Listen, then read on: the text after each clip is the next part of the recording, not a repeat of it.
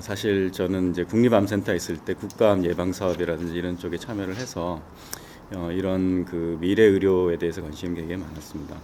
그래서 이 미래 의료 산업 특히 이제 이 핵심이 뭔가 이렇게 그동안 고민도 많이 해봤는데 그게 결국은 오늘 말씀해주신 것처럼 이 바이오 빅데이터 이거를 우리가 다 가지고 있으면 전 세계적 이게 플랫폼이 되기 때문에 굉장히 많은 파급 효과들이 생기거든요.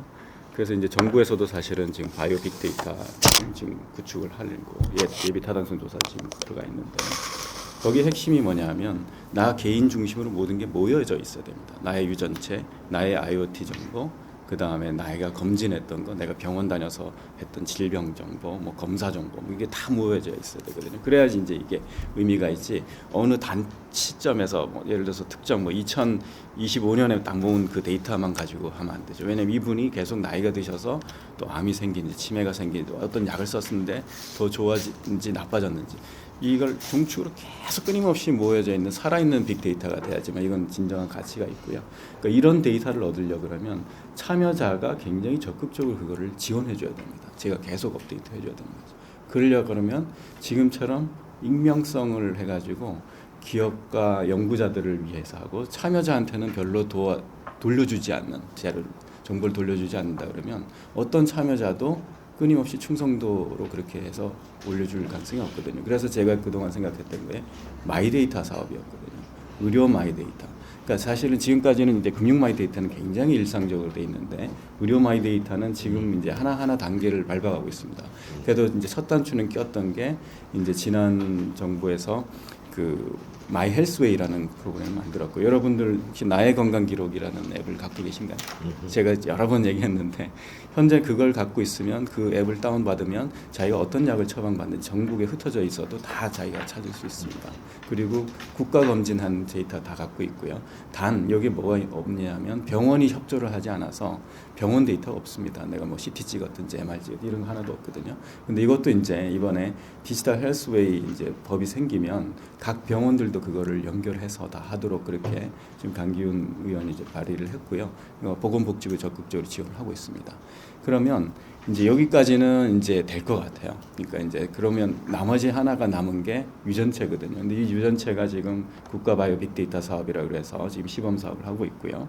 그 100만 명을 모집할 겁니다. 우리 이제 과기부하고 보건복지부가 같이 해서 하고 있고 지금 현재 질병관리청에서 지금 주도를 지금 하고 있는데 예타를 가장 큰 저는 문제가 뭐냐면 여기서 60만 명을 정상인들이 자원을 받아야 돼요. 근데 이분들한테 100만 원짜리 홀 지놈 시퀀스라 해서 전장 시퀀스를 하는데 그걸 안 돌려줍니다. 자원자한테.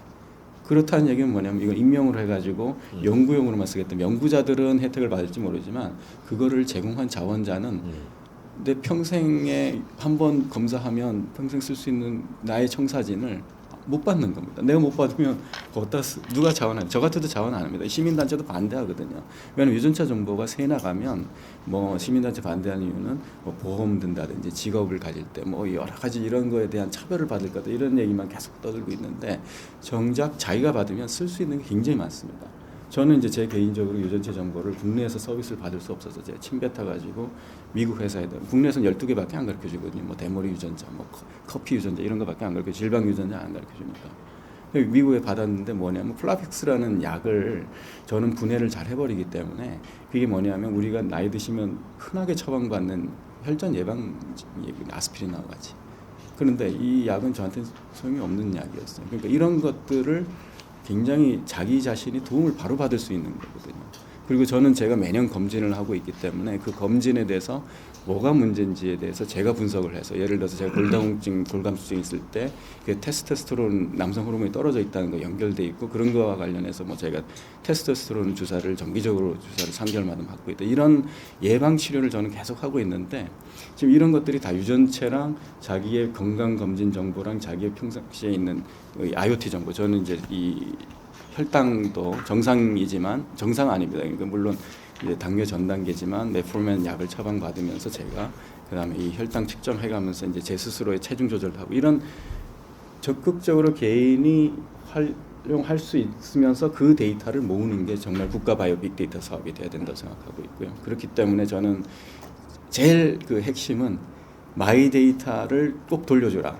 근데 이번에도 질병관리청에 담당하시는 분한테 얘기했더니 그럴 계획이 전혀 없다고 그러더라고요. 개인한테 돌려주면 괜히 이상한 데 사용할 수도 있고 뭐 이런 이상한데, 그러니까 저는 왜냐면 이게 질병관리청에서 하기 때문에 문제라고 생각합니다. 뭐냐면 유전체라는 것은 그 사람의 성격도 있고 그 사람의 입맛에도 관계, 그 사람의 운동하는 특성, 어떤 운동을 해야지 가장 좋을 수도 있는데 지금 질병관리청의 관심은 중한 질병에만 관심이 있습니다. 그러니까 뭐 치매나 아니면 뭐 저기 암이나 뭐 당뇨나 이런 데만 다 관심이 있지, 그거를 활용할 수 있는 수많은 그 산업적, 예를 들어서 와인을 어떤 사람 어떤 와인을 좋아할까, 이것도 유전자하고 관련이 있거든요. 냄새하고. 그러니까 그런 걸 다 하려면 이게 풀어줘야지만 산업이 되지, 질병관리청에서 절대로 그런 와인과 관련된 그런 테스트 검사 결과를 안 알려줄 거거든요, 개인한테는. 그럼 개인한테는 거의 큰 도움이 안 된다, 이렇게 생각하시면 됩니다. 네, 이것으로 마치겠습니다.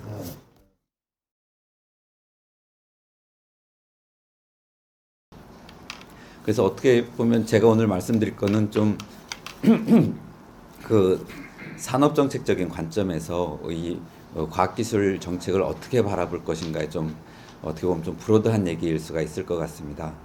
근데 일단 그 아시다시피 바이오 분야는 이제 전 세계가 인구가 고령화되고 뭐 만성 질환이 굉장히 늘어나면서 앞으로도 굉장히 유망한 그런 그 발전할 수 있는 산업 분야로 많이 알려져 있고, 또 이것이 이제 IT랑 결합이 되면서 이제 전체 그 경제에 미치는 영향도 과거보다는 훨씬 더 커진 그런 경향이 좀 있습니다. 근데 이제 우리나라의 그 상황을 보면 이미 전 세계는 약 10개 정도의 그 아주 큰 그 다국적 기업, 그다음에 바이오 선진국들이 전 세계 시장, 신약 시장 같은 부분을 석권을 하고 있기 때문에 우리나라는 이제 수출을 해야만 어느 정도 경제 성장을 이루고 현재 국민 소득 수준을 유지할 수가 있는데, 우리나라 내수 시장은 사실 전체 바이오 시장을 한 2,000조로 본다면 한 36조, 한 2%가 조금 안 되는 그런 아주 작은 내수 시장을 갖고 있습니다. 그러면 이제 수출을 통해서 또는 어떤 국제적인 경쟁력을 확보해야만 이 바이오 산업이 미래의 이제 성장 동력으로 발전을 할 수가 있고, 그렇다면 이제 이미 굉장히 공고하게 구축되어 있는 선진국 스타일의 이 바이오 분야를 지금 현재 수준보다 훨씬 더 많이 빠른 속도로 투자를 해서 어떤 국제 경쟁력을 갖추도록 산업 구조를 재편을 해야 되는데, 사실 이게 되게 지금 현재는 어려운 상황인 것 같습니다. 그 단적인 예가 IT, 우리나라의 보통 6T 산업이라고 하는 그 소위 미래 성장 동력이라고 하는 뭐 바이오 또는 뭐 그 IT, NT 뭐 이런 여러 가지 6T 산업이 있지 않습니까? 근데 IT 산업 같은 경우에는 그 정부가 현재 우리나라의 그 IT 산업은 굉장히 국제 경쟁력도 갖추고 있고 성장을 많이 한 산업으로 이렇게 평가가 되는데, 정부가 투자하고 있는 그 R&D 비중이 1년에 약 한 3조 6천억 원 정도가 되고 있습니다. 반면에 이제 민간 부분이 투자하는 부분은 약 29조 원, 뭐 30조 원을 훨씬 이제 넘을 때도 있고요. 그러니까 약 90%가 이제 민간 부분에 투자가 이루어지고 있습니다. 근데 현재 바이오 분야는 역시 그 정부가 투자하는 게 약 3조 9천억 원 정도 되고 있습니다. 근데 민간 분야가 투자하는 게 역시 뭐 한 3조 6천억 원. 그래서 약 51%, 52% 정도가 이제 정부가 투자하고 있고 약 48%가 이제 민간 부분이 투자를 하고 있습니다. 그럼 이제 IT 산업하고 이 바이오 산업을 비교를 해보면 IT 산업은 전 세계 시장 규모가 약 5천조 원 정도 된다고 합니다. 근데 그 중에서 정부가 투자하는 게 약 3조 6천억 원 정도이고, 근데 바이오 산업은 바이오 의약품, 바이오 의료기기 다 포함해서 현재 약 2천조 원 정도가 되는데 이미 정부가 약 3조 9천억 원 정도를 투자를 하고 있습니다. 그러면 이걸 보면은 그냥 제가 언뜻 생각하기에는 바이오 산업의 국제 경쟁력을 갖추기 위해서는 훨씬 더 많은 투자가 이루어져야 되는데, 우리나라 정부의 R&D 예산이라든가 또는 이 6T 산업에 대한 어떤 포트폴리오 차원에서 바이오 산업에 대한 정부의 투자는 어느 정도 한계에 도달하지 않았나. 이 이상을 투자할 수 있을 만한 어떤 명분이나 또는 어떤 성장성 이런 것들이 충분히 담보되지 않고서는 이 정부 분야에 더 많은, 지금보다 뭐 2배, 3배 투자를 하라고 요구하기가 쉽지 않을 것 같습니다. 그럼 결국에는 민간 부분의 투자를 촉진할 수 있는 방법을 찾아야 되는데, 그러니까 IT 산업처럼 민간 부분의 투자가 뭐 90% 정도 되고 뭐 IT 정부 부분의 투자가 한 10% 정도 되는 것, 그 정도까지는 아니라 하더라도 지금의 그 50% 이상을 정부가 투자하는 것보다는 훨씬 더 민간 부분에 많이 투자를 해야만 바이오 산업의 국제 경쟁력을 키울 수 있는 어떤 그 모멘텀을 마련할 수 있지 않을까 하는 생각을 합니다. 그럼 정부가 이런 데이터를 보고 해야 되는 것은 정부가 어느 분야에 더 투자를 할 것을 고민하는 것과 동시에 어떻게 하면 민간 부분에 투자를 활성화할 수 있을까? 어떻게 하면 그 민간 부분이 아까 말씀하신 것처럼 바이오 산업에 존재하는 굉장히 오랜 그 기술 수명 주기, 그다음에 많은 그 불확실성과 실패 위험이 존재하는 이 산업에 하이 리스크의 산업에 민간 부분이 투자할 수 있도록 정부가 어떤 그 사회 구조를 산업 구조를 만들고 인센티브 제도를 마련을 해야만 우리나라의 바이오 산업이 좀 더 국제 경쟁을 가질 수 있을까가 사실은 그 이노베이션 팔러스의 핵심이 아닐까 하는 생각을 해봅니다. 그래서 이제 제가 요즘에 많이 생각하고 있는 것 중에 하나는 아까 이제 합성생물학을 말씀을 하셨는데 이 합성생물학은 앞으로 미래의 그 경제를 변화시킬 수 있는 거의 뭐 게임 체인저 역할을 할 수 있는 굉장히 중요한 분야인 것 같습니다. 근데 이제 이 합성생물학이 갖고 있는 몇 가지 이제 경제학적 특징을 보자면 첫 번, 그래요. 빨리 말씀을 드리겠습니다. 이게 핵심은 누구나 할 수 있다라는 겁니다. 왜냐하면 여태까지는 실험실에서 아주 전문가들이 직접 실험을 랜덤하게 해봐서 그 중에서 하나가 딱 우연히 성공을 하게 되면 그걸 갖고 뭔가 그 과학기술적 지식을 쌓고 그랬는데 이제 빅데이터라든가 아니면 여러 가지 그 데이터 사이언스가 발달하게 되면 뭐 10,000가지, 20,000가지의 그 경우의 그 실험들을 다 컴퓨터를 시뮬레이션을 통해서 할 수가 있고 사실 이런 그 실험에 관련된 그 콘테스트들이 뭐 MIT나 이런 하버드 대학을 중심으로 굉장히 많이 벌어지고 있습니다. 그러면 거기에 뭐 과학고등학교 학생들도 참여를 하고 실제 뭐 하버드 대학의 교수들도 참여를 하고 그러니까 어떤 이런 그 여러 가지 그 툴들이 발달을 하게 되면서 굉장히 쉬워지고 많은 사람들이 이제 할 수 있게 되고 굉장히 크리에이티브해지는 그런 산업이 된다는 거죠. 그럼 여기에 이제 필요한 것이 어떻게 우리가 이렇게 생명이라는 것에 대해서 많은 사람들이 접근 가능해졌을 때 이것을 어떻게 사회적으로 수용을 하고 규제를 할 것인가에 대한 규제과학도 중요하고 또 산업적으로는 그냥 조금 다른 얘기를 하자면 이 산업이 제가 생각하기에는 영화 산업과 굉장히 유사한 특성을 갖고 있습니다. 그리고 영화 산업과 유사한 식으로 발전을 시켜야 된다라고 저는 생각을 합니다. 왜냐하면 영화 산업에서 보면은 굉장히 뛰어난 감독들이 자신들의 시나리오를 쓰고 어떤 뭐 그 영화에 관련된 여러 가지 그 아이디어를 갖고 제작사를 찾아다니면서 내가 이거 해볼 테니 투자를 좀 해주시오 해서 뭐 포트폴리오를 짜기도 하고 투자를 받아서 그걸 갖고 어떤 영화를 만들면 그것이 이제 흥행을 하게 되든 뭐 하게 되든 거기서 나오는 수익을 배분을 하고 그리고 거기에서 나오는 저작권은 판매를 하거나 또는 여러 가지 형태로 시장에서 딜이 이루어지고 그리고 사실 그렇게 되면 그 영화를 만들던 영화 제작사 또는 영화사는 해체가 돼 버립니다. 그리고 또 다른 어떤 영화를 만들 때는 그 감독이나 그런 사람들이 다시 이제 그런 그 팀을 꾸려서 새로운 영화를 만들고 그러는데 이 합성생물학 분야가 그런 식으로 돼야만 굉장히 빠른 속도로 발전을 하고 그 크리에이티브한 그 많은 사람들의 어떤 산업적인 또는 기초과학에 대한 지식을 확산시킬 수 있지 않을까 하는 생각을 해봅니다.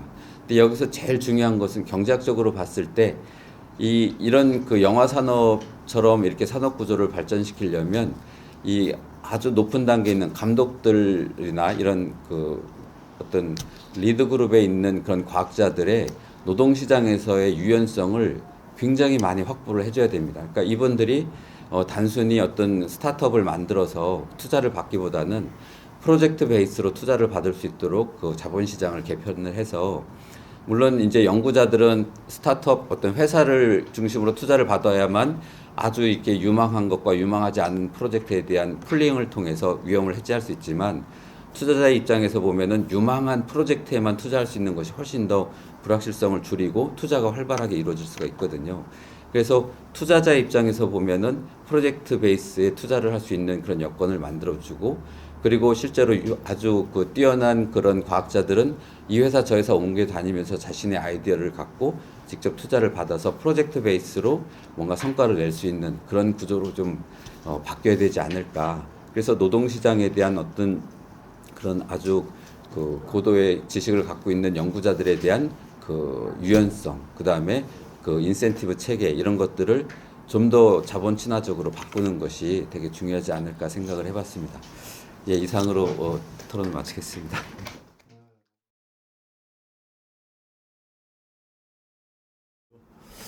오늘 저는 이 혁신 생산성 제고를 위해서 우리가 필요한 이 질문에 대한 답. 결국은 이제 이 부분이 굉장히 지금 이 바이오 분야에서는 지금 핫 이슈일 겁니다. 지금 전 세계적으로 이 혁신 생산성을 어떻게 제고를 할 것이냐가 굉장히 화두고요. 아마 이번에 미국 바이든 행정명령도 결국은 미국이 지금 겪고 있는 이런 어떤 생산성 이슈 이런 부분들을 미국 주도로 이제 끌고 가겠다라는 거거든요. R&D부터 해서 모든 어떤 이런 제조 그리고 생산 그리고 뭐 이런 어떤 거기 과정에서 필요한 어떤 설비, 인재 양성 뭐 이런 전체적으로 미국 주도로 끌고 가겠다는 건데 점점 이제 경제가 이제 블록화가 되고 있는 이 시점에서 미국이 이런 행정명령을 내린 것만으로도 우리한테는 어찌 보면은 상당한 위기일 수 있고 어찌 보면 반대로 보면은 기회일 수 있다라고 저는 이제 생각이 되고요. 그래서 이 생산성 제고를 위해서 우리가 할 수 있는 거는 뭐 사실 비슷합니다. 선진국들이 하는 거하고 비슷한데 결국은 우리가 모든 걸 지금 가지고 있지 않기 때문에 이 오픈 이노베이션이라는 어떤 이런 관점에서 이제 접근을 해야 된다는 어떤 결론이고요. 이 오픈 이노베이션이 필요한 이유는 아마 다들 아시겠지만은 우리나라가 더더욱 필요합니다. 왜냐하면 지금 이 국가 노동 생산성에 대한 어떤 이런 문제가 앞으로 이제 생길 겁니다. 왜냐하면 저출산 고령화 때문에 이제는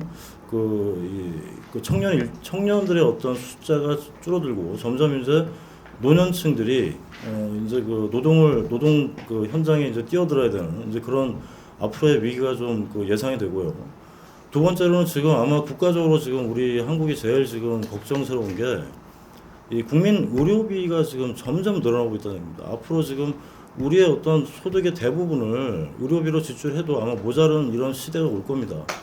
이거를 대비하기 위해서는 결국은 이제 배드에 눕지 않게 해야 되거든요.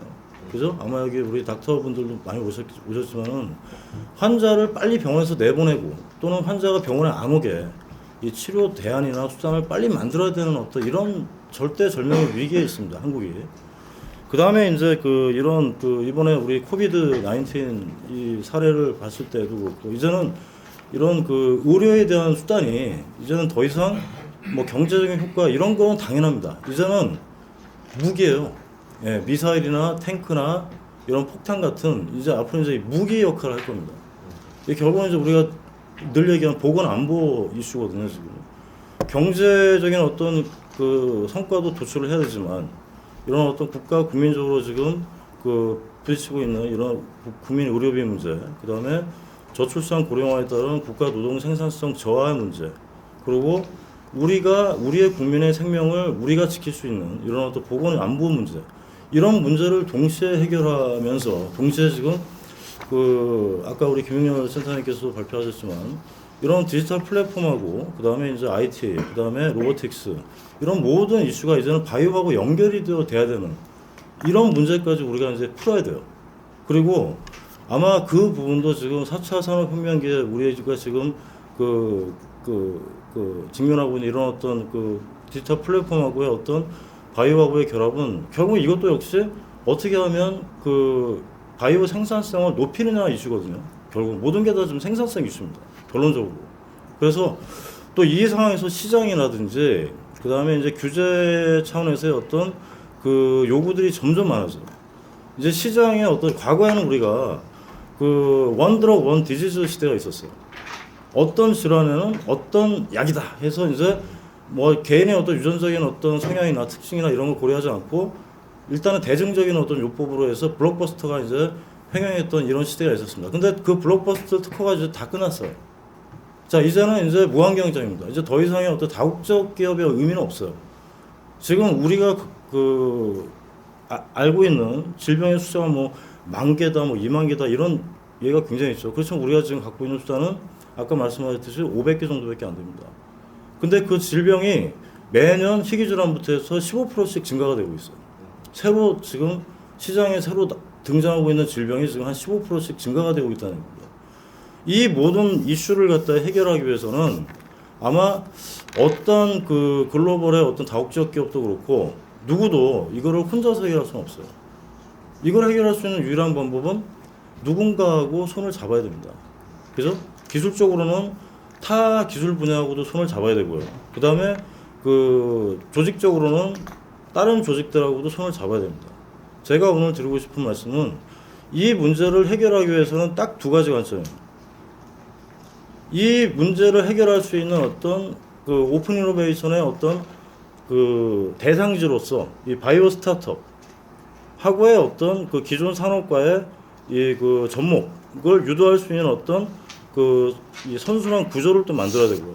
그리고 이게 지속 가능하게 할 수 있을 정도의 어떤 재원이 필요합니다. 아까 그 우리 그 오준명 교수님 말씀하셨지만은 사실은 IT하고는 좀 약간 틀려요. 이 바이오는.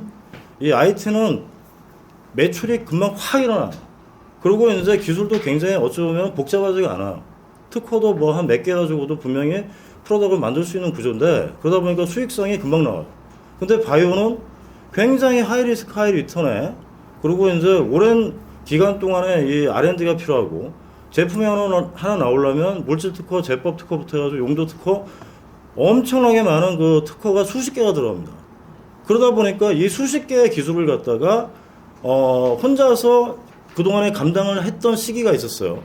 그러다 보니까 생산성이 굉장히 떨어졌죠. 근데 이제는 경쟁 구도가 너무 이제 심화되고 하다 보니까 빠른 시간에 적게 비용을 들여서 빨리 혁신을 만들어야 되는 그 이슈가 있습니다. 지금 국가적으로 지금 투자가 많이 이루어졌다고 하지만 하이리스크 하이리턴 이런 체계에서는 지금 국가도 투자를 많이 해야 되는 좀 상황이에요.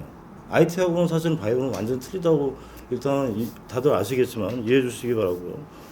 그래서 결국은 그 이런 재원 확보를 어떻게 할 거냐, 오픈 이노베이션을 위한 재원 확보를 저는 제안을 드리고 싶은 게 국가가 R&D로 해서 투자를 해가지고 하는 건 한계가 있어요, 분명히. 그러니까 이 이노베이터들이 지속적으로 이노베이션을 끌고 갈 수 있는 어떤 세제 지원 체계가 이제는 필요하다. 예. 그 중에서 뭐가 이제 그 필요하냐면 오픈 이노베이션하고 연관된 세제가 뭐가 있을까요? 이 조세특례 제한법상 기술 이전에 대한 어떤 소득세를 감면해주는 그 공제해주는 그 제도가 있습니다. 이런 제도를 충분히 활용할 수가 있어요. 근데 우리가 지금 어떤 한계가 있냐면 현행 조세특례 제도법상에서는 내국인이 내국인한테 기술 이전을 왔다 갔다 할 때만 받을 수가 있어요. 내국인이 외국인한테 기술을 팔거나 사거나 할 때는 전혀 소용이 없습니다. 내국인 중소 중견기업이 내국인 중소 중견기업과 거래할 때만 해당이 된다는 얘기죠. 팔았을 때 수익의 그 한 25%까지 공제해주고 내가 샀을 때 산 비용에 이제 그 중소기업 10%, 그 중견기업 5%, 이 정도까지가 맥스예요. 이거를 기왕이면 다 풀어주자는 얘기죠. 지금 그 프랑스라든지 뭐 영국이라든지 이런 유럽 9개국하고 중국은 이미 특허 박스 제도가 있어요. 이 지재권을 활용해서 그 사업화를 할 경우에는 엄청나게 많은 세제 혜택을 부여하고 있습니다. 이런 부분도 우리가 좀 감안을 해야 되고요. 그 다음에 이제 그 두 번째는 임상시험비에 대한 그 리펀드 형태의 어떤 제도를 좀 만들어주자. 왜냐하면 바이오는 혁신의 결과가 나올 때까지 굉장히 오래 걸려요. 이거는 대기업, 중소, 중견부터 해가지고 벤처 스타트업 다 공통입니다. 일단은 벤처 스타트업은 수익이 안 나오잖아요. 수익이 안 나오는데 지금 그 매출액 대비 몇 프로의 어떤 뭐 예를 들어서 R&D 투자를 했을 때 몇 프로를 갖다가 경감해 주겠다는 게 의미가 없죠. 수익이 안 나오는데. 그리고 기존의 기업도 마찬가지예요. 앞으로 10년 있다가 수익이 날 건데 당장 지금 나는 지금 엄청난 임상시험을 투자하고 있는데 이거에 대한 부분을 갖다가 사실은 임상에 대한 투자는 기업의 어떤 비즈니스 이슈일 수 있겠지만 국가적으로 새로운 치료대안을 모색하는 공공의 어떤 사안일 수 있습니다. 그렇기 때문에 국가도 같이 어느 정도 위험 분담을 해야 되는 측면에서 임상시험비에 대해서 그 과감하게 호주처럼 뭔가 리펀드를 해주자. 호주는 38%에서 45% 매출액에 따라서 매출이 없어도 최소한은 그 38% 이상은 그 임상시험비 투자한 거에 대해서 리펀드를 해줍니다. 국내, 해외 그 국내 법인, 해외 법인 상관없이 그 외국 기업도 다 그 호주에서 임상한 거에 38%에서 45%를 다 돌려줘요. 그러니까 임상이 호주로 다 지금 몰리고 있습니다. 우리나라도 과감하게 그 이런 어떤 부분을 좀 그 따져야 될 것 같고요. 자, 이제 세제적인 부분하고 지원적인 부분을 말씀드렸고, 마지막으로 하나 더 말씀드리면은 그 바이오 스타트업과 아까 제가 초반에 말씀드렸던 이 기존 산업하고의 어떤 뭔가 그 이런 콜라보할 수 있는 이런 환경을 좀 만들어 주자. 왜냐하면 지금 현재 지금 바이오 스타트업이 연간 한 300개에서 500개 정도가 새로 신설되고 있습니다. 그 중에 상당수는 뭐 이제 한 1년, 2년 있다가 문을 닫는 기업들도 꽤 많겠죠. 그렇지만은 어찌됐건 지금 현재 이 바이오 스타트업의 어떤 이 정체성을 무시할 수가 없어요. 왜냐하면 지금 그 그동안에 이제 대학이나 국가 연구기관들하고 우리 국내 기업이 이제 기술이전 라이센싱 공동연구 이런 어떤 오픈 이노베이션 활동을 했지만 앞으로는 이제 바이오 스타트업이 그 새로운 어떤 기업의 파트너로 이제 등장을 합니다. 자, 이런 상황에서 바이오 스타트업하고 기존 산업계하고의 어떤 이 콜라보를 활성화시킬 수 있는 이런 어떤 여러 가지 제가 이제 시간이 좀 한계가 있어서 다 말씀 못 드리겠지만 이 패널 토론문에다가 좀 넣어놨습니다. 이제 그런 어떤 내용들을 감안해서 바이오 스타트업이 분명히 이 오픈 이노베이션의 하나의 그 축으로 활동할 수 있도록 그런 어떤 체계도 만들어야 되고요. 그 다음에 이런 여러 가지 지역별로 혁신을 쏟아내고 있는 전국에 이제 16개 이상의 걸쳐서 설립된 지역 바이오 클러스터.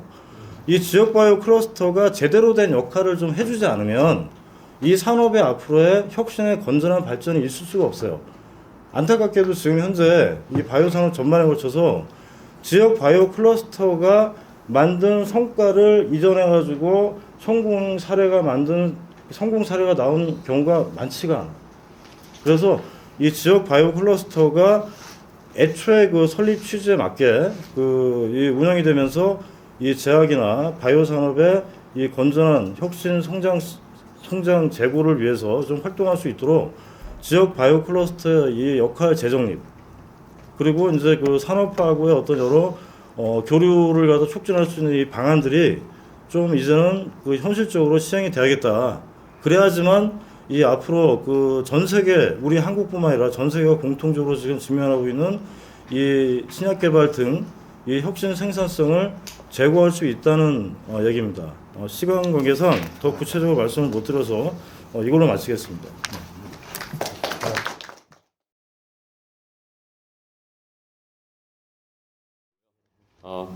일단 오늘 나온 얘기 중에 이제 많이 언급된 얘기가 바이든의 바이오 이니셔티브인데요. 이게 작년 9월에 나왔는데 그 전부터 사실 이런 움직임들이 다른 국가에서 있었습니다. 중국이 작년 5월 약 4개월 전에 5개년짜리 바이오 경제 계획을 중국 최초로 수립해서 발표를 했고요. 또 그 전에 일본은 2019년과 20년에 걸쳐서 바이오 경제 전략을 발표를 매년 2년 동안 발표를 했습니다. 그 앞서서는 2018년에 영국이 국가 바이오 경제 전략 2030이라고 발표를 했고요. 이런 흐름을 보게 되면 꼭 미국만이 아니라 대부분의 국가들이 바이오 기술, 바이오 산업을 갖고 경제 전반을 성장시키겠다라는 그런 전략과 생각을 갖고 있습니다. 그런데 이 내용을 자세히 보게 되면은 그 구성이 우리가 오늘 많이 언급했던 바이오 의료, 제약뿐만 아니라 소재, 에너지, 농업, 환경 전반에 걸쳐서 이제 바이오 기술과 산업을 육성하겠다 이런 입장을 갖고 있습니다. 실례로 산업부에서 2년마다 매년 바이오 분야의 수출 실태를 조사를 하는데요. 우리나라 바이오 분야 수출의 30%가 바이오 의학에서 나오는데 또 30%가 바이오 식품에서 나오고 있습니다. 즉 의학 바이오 하면은 흔히 생각하는 의학이 아니라 그 외 범위가 더 넓고 다른 분야의 비중이 더 크다는 것을 인지를 하고 있어야 되는 상황에서 정부는 그럼 우리의 상황이 어떤가 일단 먼저 분석을 해봤는데 사실 녹록치는 않습니다. 매년 정부가 2년마다 우리나라 바이오 분야의 기술 수준이 어느 정도인지 조사를 하는데요. 미국의 수준을 100으로 놨을 때 2020년 기준으로 한국의 수준이 77.9%입니다. 그럼 중국은 78%고요. 일본은 82%, EU는 92%입니다. 저희가 코로나 시절에 훌륭한 방역과 의료 서비스를 통해서 바이오 분야에 굉장한 자부심을 갖게 됐지만 실제 기술 수준만 놓고 봤을 때는 아직 녹록지 않은 상황에서 정부는 그러면 코로나 시절에 우리가 확인했던 이런 탄탄한 바이오 기초 역량을 어떻게 더 발전시킬 수 있을까 고민을 했는데요. 그 중에 활용할 수 있는 요소가 디지털 기술이라고 판단을 했습니다. 세계적인 수준의 디지털 기술을 활용을 해서 바이오에 접목시켰을 때 바이오 분야의 연구와 산업에 있어서 생산성, 효율성을 향상시킬 수 있지 않을까 생각을 했고요. 이와 같은 전략을 발전시키기 위해서 국정과제에다가 디지털 바이오 전략이라는 거를 반영을 했습니다. 근데 이 디지털 바이오 그러면 콩글리시 같은데 사실 콩글리시는 아니고요. 2003년에 NIH가 국가 컨퍼런스를 열었을 때 그때 주제가 디지털 바이올로지입니다. 이미 20여 년 전에 외국에서도 이런 개념은 나왔었는데 이제 알파고 같은 인공지능이 활성화되기 전에는 이게 많이 확산이 되지 못한 상태에서 조용히 묻혔다가 저희 정부 입장에서는 이 디지털 기술을 활용하는 게 우리 입장에서 유리한 전략이 될 수 있겠다 생각을 해서 디지털 바이오라는 개념을 도입을 했고요.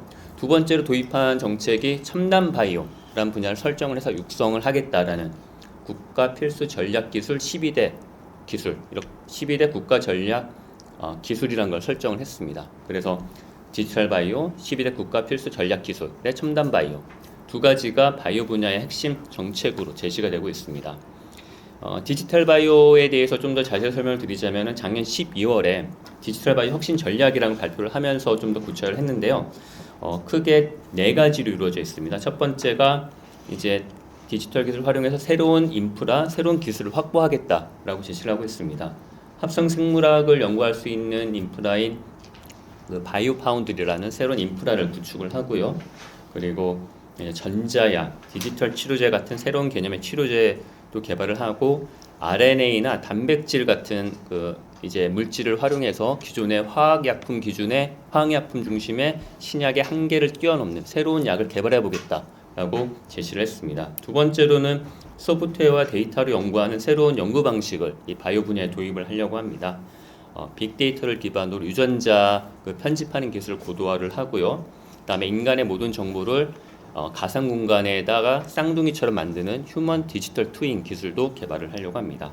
그럼 세 번째로 오늘 언급했던 주요한 분야가 바이오 데이터인데요. 이 모든 바이오 데이터를 사람 것뿐만 아니라 동식물, 미생물들 정보까지 한 군데로 모으는 국가 바이오 데이터 스테이션을 구축하려고 합니다. 이건 이미 착수를 시작을 해서 26년도에 거의 완성이 될 것 같습니다. 마지막으로 많은 분들이 이제 다른 모임에서 많은 분들이 얘기하시는 인력입니다. 바이오는 바이오, 디지털은 디지털 두 개를 따로 놓고 보면 다 쉬운 얘기인데 합쳐 놓고 보면 또 어렵거든요. 디지털 바이오 또는 바이오 디지털 융합 인력 어렵고 실제 그런 융합 인력을 양성하는 것도 쉽지는 않습니다. 그래서 바이오 전공하는 친구들에게 디지털 소양을, 디지털 역량을 키우도록 지원을 하고 또 디지털을 전공한 친구들에게 바이오 역량을 키울 수 있도록 지원을 하려고 합니다. 이와 같은 예가 사실 정부의 입장만은 아니고 이미 현장에서 이루어지고 있습니다. 카이스트 같은 경우에는 이런 디지털 바이오 융합 인력을 양성할 수 있는 새로운 이제 학과를 신설하려고 준비 중에 있고요. 또 기업 같은 경우에는 녹십자 모감연구소가 서울대 생명과학부하고 협업을 해서 녹십자의 신약 만드는 인력들을 서울대 AI 연구소에 교육 프로그램에 집어넣는다든지 또는 서울대 생명과학부의 그 바이오 전공하는 친구들을 서울대 AI 연구소에 인공지능 하는 데 집어넣는다든지 이런 교육 프로그램도 현장에서 이루어지고 있습니다.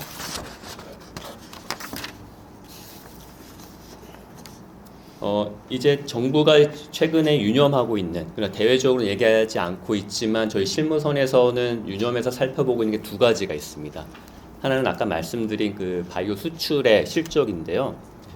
산업부가 22년도 기준으로 조사를 했을 때 우리나라 바이오 분야 수출이 최대 실적을 달성을 했습니다. 근데 그 내용을 자세히 살펴보게 되면은 대부분이 진단키트입니다. 코로나 진단키트인데 코로나 진단키트는 첨단 바이오 기술은 아니지만 좋은 제품을 적정한 가격에 빠르게 공급을 했기 때문에 수출의 상당 부분을 차지를 해서 높은 실적을 달성할 수 있었는데 코로나 특수가 지나고 나면은 과연 우리의 바이오 분야의 실적은 어떻게 될까? 이게 좀 유념해서 살펴봐야 될 부분이고요. 두 번째는 데이터입니다.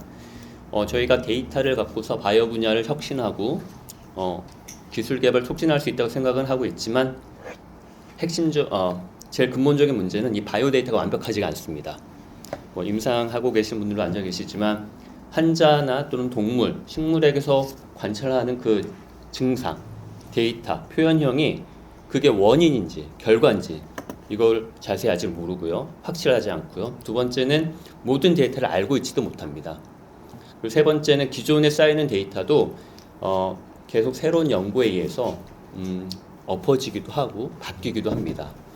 이런 상황에서 결국은 지금으로서는 데이터를 모으기만 하면 모든 문제가 해결될 것이다. 이런 낙관적인 생각은 저희는 조심을 하고 있고요.